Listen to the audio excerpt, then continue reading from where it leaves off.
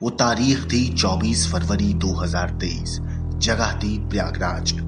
पूरे यूपी को झंझोर कर रख देने वाले इस कांड के बाद अतीक चैन से सोया। मीडिया रिपोर्ट्स के मुताबिक उमेश पाल की हत्या के बाद साबरमती जेल में बंद अतीक अहमद ने कहा था 18 साल बाद चैन की नींद सोया। लेकिन अतीक भूल गया कि अब उसकी नींद हराम होने वाली थी। जिस गुनाह को उसने और उसके गुर्गों ने अंजाम दिया उस सरकार के लिए किसी चैलेंज से कम नहीं था। अतीक अहमद के खिलाफ पीड़ित परिवारों ने मुकदमा दर्ज कराया उसके परिवार के खिलाफ। वह समाजवादी पार्टी के द्वारा पोषित माफिया है और उसकी कमर को तोड़ने का काम हमारी सरकार ने किया है। और फिर मैं कह रहा हूं इसे इस माफिया को मिट्टी में मिला देंगे। सरकार किसी है गफलत में हो, ये माफिया है, इनको मिट्टी में मिलाने का काम करेंगे। उमेश पाल हत्याकांड को लेकर खुलासा ये भी हुआ है कि अतीक का भाई अशरफ और शूटर मोहम्मद गुलाम इस हमले से असद को दूर रखना चाहते थे, लेकिन अतीक की जिद के आगे अशरफ की एक न चली। हुआ वही जो अतीक ने चाहा। उसी की साजिश को असद और उसके गुर्गों ने अंजाम दिया। उमेश पाल की हत्या कर दी गई। योगी सरकार की सख्ती बढ़ी। पुलिस ने सबूतों के आधार पर असद का नाम एफआईआर में शामिल। केस में नाम सामने आते ही असद की मां शाइस्ता ने अतीक को साबरमती जेल में फोन घुमाया और कहते हैं कि उसने असद का नाम आने पर नाराजगी जाहिर की।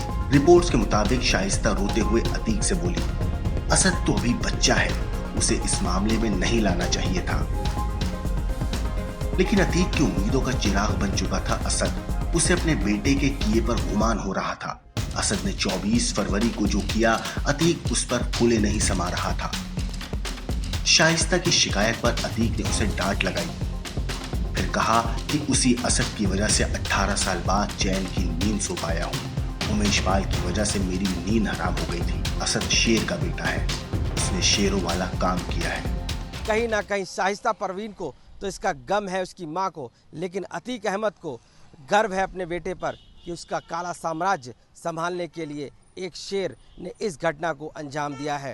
तो ये तो साफ हो गया है कि उमेश पाल हत्याकांड के बाद भी अतीक अहमद जो जेल में बंद है उसके लिए अपने बेटे पर गर्व करना बड़ी बात है और वह साफ कह रहा है कि उसके बेटे ने शेरों वाला काम किया है। शायद अतीक को भरोसा था कि वो तमाम गुनाहों के बाद भी असद को बचा लेगा, लेकिन यूपी सरकार की सख्ती के बाद अतीक का ये शेर का बच्चा गीदड़ बना हुआ है। असद उसमें नहीं था, बिल्कुल असद वो अली वहाँ लखनऊ के डिग्री कॉलेज में। आप लोग सब मालूम कर लीजिए सर, हम इतना बता रहे हैं, हमारे पति को अभी एसटीएफ ने उठा लिया।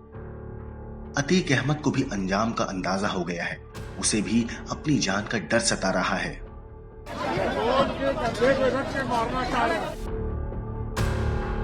अब पूरा कुंभा डरा हुआ है। जेल से निकलने पर अतीक को हत्या का डर सता रहा था।